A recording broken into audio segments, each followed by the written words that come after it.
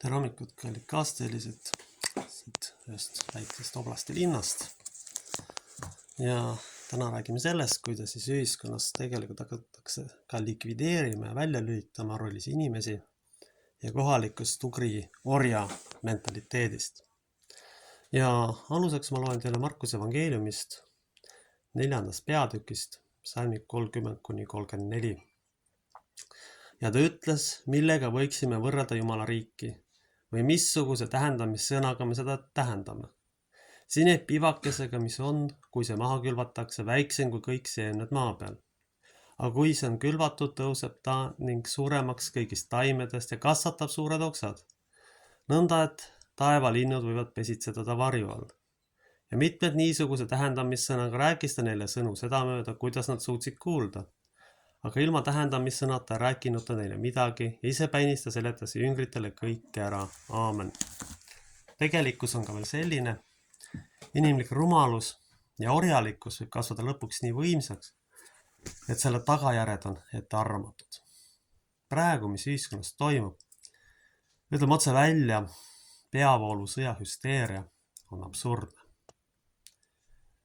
See on niivõrd kohutav kuulata, teades, milles need lõppeesmärk siis on. Lõppeesmärk on tegelikult ju rollise ühiskonna viimsete riismete likvideerimine, lihtsalt need kas ühiskonnas välja lülitades või minema saates või otseselt või kaudselt ära likvideerides. Meie praegu on olukord, kus rolli nihe on ühiskonnas täielikult normaalsuseks kuulutatud, kus igasuguseid idioote võimule aidatakse, kes tegelikkuses mitte midagi enamasti ei tea. Ongi viinud selleni, et kui ei saanud pandeemiaga, siis saab ehk mingi muu meetodiga viimased inimesed ühiskonnast välja lülitada, kes on veel vähegi mõtlemisvõimelised või kellel on midagi öelda peavoolu vastu. Niikuinii on juba enamik juhtpositsioone mehitatud globalistidele kasulike idiootidega, kes tegelikult agendale ainult küsimusi esitamata kulpi löövad.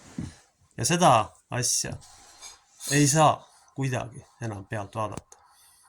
Viimane variant on tegelikult see, et likvideerida ka siis positsioonidel või füüsiliselt need inimesed, kes võiksid vähegi veel vastu. Esiteks, mida on juba tehtud, rollis inimesed on ühiskonna perifeeriasse lükatud, rollis inimesed ei saa endale väärilisi positsioone enamasti. Ja lõpptulemus on see, et need, kellel ei ole jõudu ega tahtmist vastu hakata, need on siis pandud juhtpositsioonidele. Ja kui rollis inimene peaks juhuslikult saama juhtpositsiooni, siis ta delegeeritakse kuskile kaugele maale, et ta siin kohalikke globaliste ei segaks. Kas siis tööle või kuhu iganes. Ja üldiselt on nii, et viimaste nädalate sündmustega alguses on näha, et ühiskond ei ole aru saanud, kuhu ta liikumas on. Eestlased on tegelikult juba suuremat jaolt lihtsalt ära põgenenud ja jalga lasknud selle asemel, et kohalikud tüübid midagi ette võtaks ja midagi ühiskonnas muudaks. Ugrilane ikkagi laseb lihtsalt läände jalga. Midagi teha lihtsalt ei ole. Me võime ükskõik palju rääkida, aga kui ühiskonnas jõudu ei ole, mis neid protsesse peataks, siis seda rahvast lihtsalt 10-20 aasta jooksul lihtsalt ei eksisteeri enam. Ei füüsiliselt ega vaimselt. Arvata, et selline provokatiivne idiotism, mis igal samal vastusaa vaatab, ei saa mingit tagajärge, on püha lihtsameelsus. Ajalugu lihtsalt näitab seda, et ühel hetkel ühe või teise valemiga juhtub midagi. Halvimal juhul võib muidugi sõda juhtuda, aga tänapäeval sõda ei ole otseselt see, et pommid langevad, vaid see võib olla majandussõda või see võib blokaad olla, see võib mida iganes olla. Aga fakt on see, et ühiskond kukub ka kõige paremal juhul kokku ja siis tundub praegune elu päris hea eluna. Kas me seda tõesti tahamegi? Õigemini, ega ugrilane ei saa aru. Ugrilane lööb lihtsalt kulpi ja käitub mingi kaugema oblastina põhimõtteliselt mitte iseseisva riigina. Siin ei ole seda, nagu ma ka ühes videos ütlesin, siin ei ole ühtegi iseseisva riigi tunnuseid. Järelikult me räägime lihtsalt mingist säästuoblastist. Kui siis elavad mingisugused säästud tegelased enamasti, kellel pole rolli, otsustusvõimet ega mitte midagi. Need inimesed, kes proovivad vastu hakata, need halvimal juhul lõpuks pannakse vangi. Selline tore ühiskond on meil siia loodud. Enamik muidugi ei saa aru, mis toimub, sest usutakse seda globalistlikku juttu, mis mitte midagi ei vii ja mitte midagi kellelegi ei anna. Praegu on oluline moment tõde välja öelda ja lõpetada igasugune globalismi toetamine, lõpetada igasuguse liberaalse õuduse toetamine.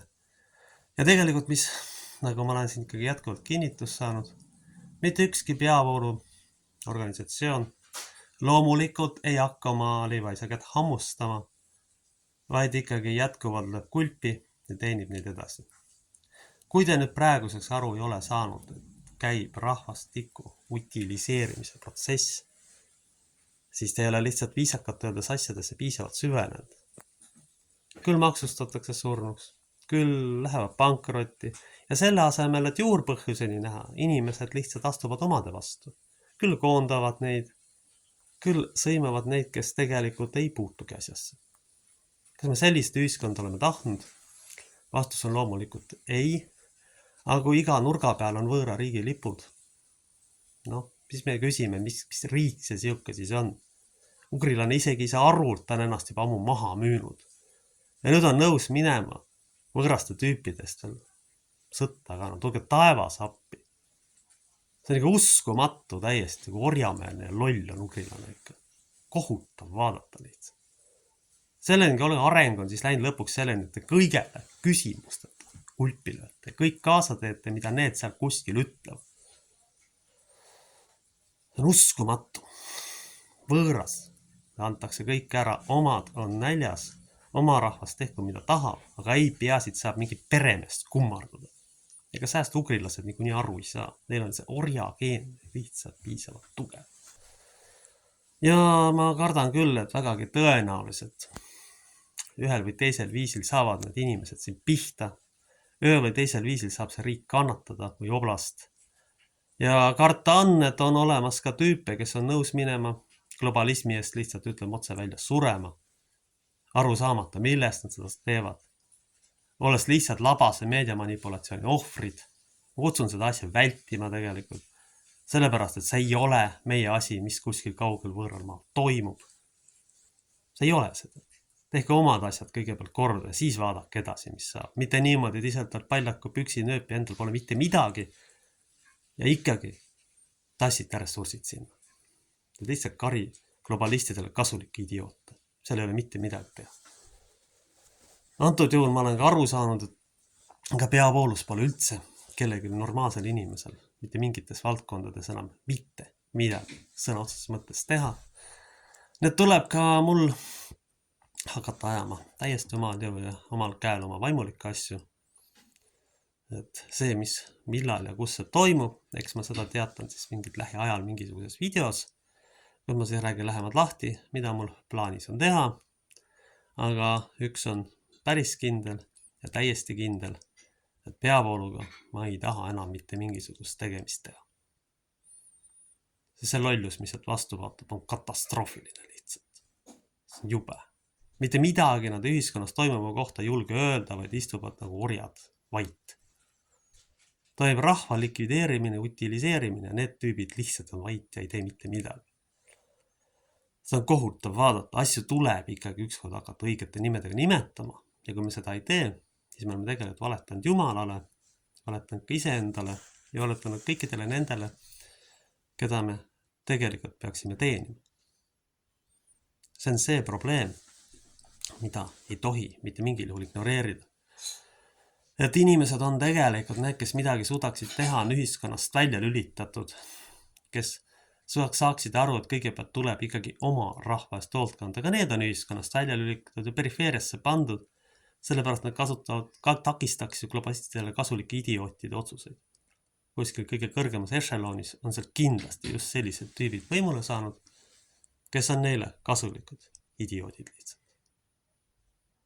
Siin ongi ainuke variant see, et proovida võimalikult omal käel ellu jääda ja ignoreerida kõige vähem igasuguse globalistlikke ideesid, mis on mõeldud otseselt rahva utiliseerimiseks, mitte millekski muuks, likvideerimiseks. Kohaliku oblasti võimud siin täidavad ju kõiki käske, ega siis orjal ei ole mõtlemist, vahet ei ole, kes see seal on.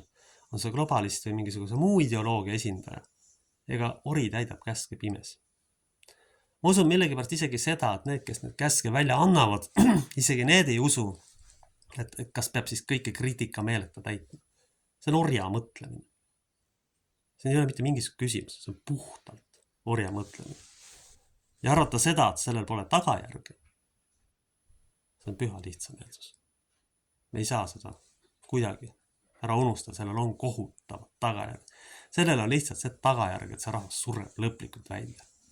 Põgeneb ära, jookseb ära, kaob minema. Ja meil tuleb siis arvestada, et siin on tulevikus siis igasugused tüübid kokku tassitud. Sest ega ugrilane ei ütle ka selle kohta midagi, kui me siia mingit muust kultuurist, islamistlikust või mingist muust kultuurist kokku tassime. Aru saamata, et selle sobivus liberaalse ideoloogiaga on 0 ja selle siia toomisel on juba fataalsed tagajärjed kohalikule populatsioonile. Esiteks kas või sellepärast, et see kohalik populatsioon ei suuda kuidagi paljuneda või järglasi anda. See lihtsalt sureb välja even miinuses, et ikkagi tahate ka viimased inimesed kuidagi moodi välja lülitada ja ära saata või likvideerida, kes veel üldse midagi teeks, see on otsene genotsiid. Otsene genotsiid. Selles ei ole mitte mingit kahtlust, millega teie siin tegelete. See on jube vaadata lihtsalt.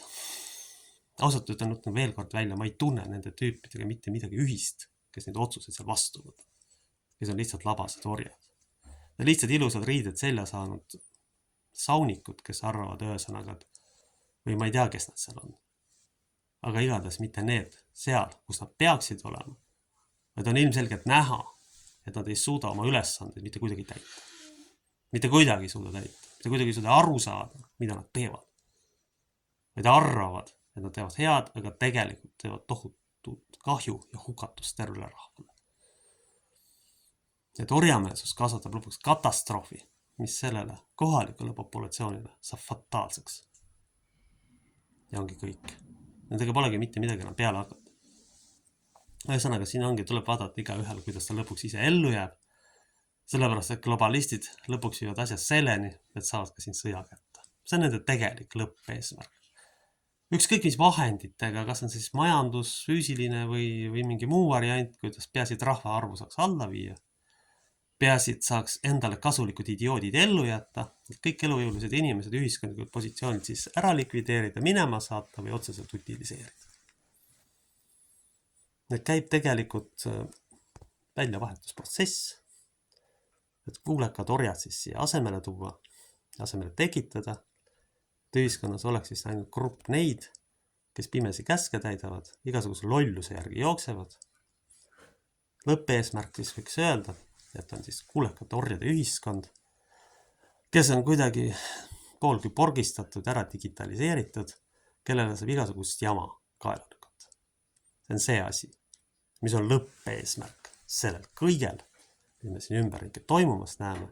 Ja hoiatan veel kord, ma nüüd praeguse poliitika jätkudes, ma ei välistaks siia sõjatulekut, sellepärast, et kui te saadate mingi sõjas oleva riigile abi, seda võidakse tõlgendada otseselt sõjakuulutusena sellele riigile.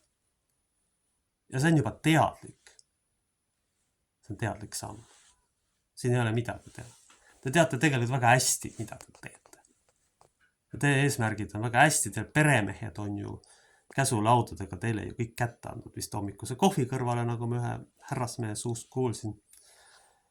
Ja tüüp lihtsalt vaatab, mis seal on ja tal ei olegi vaja mingit mõtlemisvõimet, sest ega Jumal talle pole seda niikuinii andnud, kinkinud. Ta polegi seda kunagi olnud. Ja praegu ma ei saa mitte midagi muud öelda, et tuleb palvetada ja loota, et päris sõjaks siin ei lähe. Aamen. Meie isa, kes sa oled taevas, pühitsetud olgu sinu nimi, sinu riik tulgu, sinu tahtmine sündigu, nagu taevas, nõnda ka maa peal. Meie igapäevast leiba anna meile tänapäev ja anna meile andeks meie võlad, nagu meiega andeks anname oma võlglastele. Ja ära saada meid kiusatusse, vaid päästa meid ära kurjast, sest sinu päralt on riik, vägi ja au igavesti. Aamen. Kaitske hoidku meid püha kolmainus Jumal. Aamen.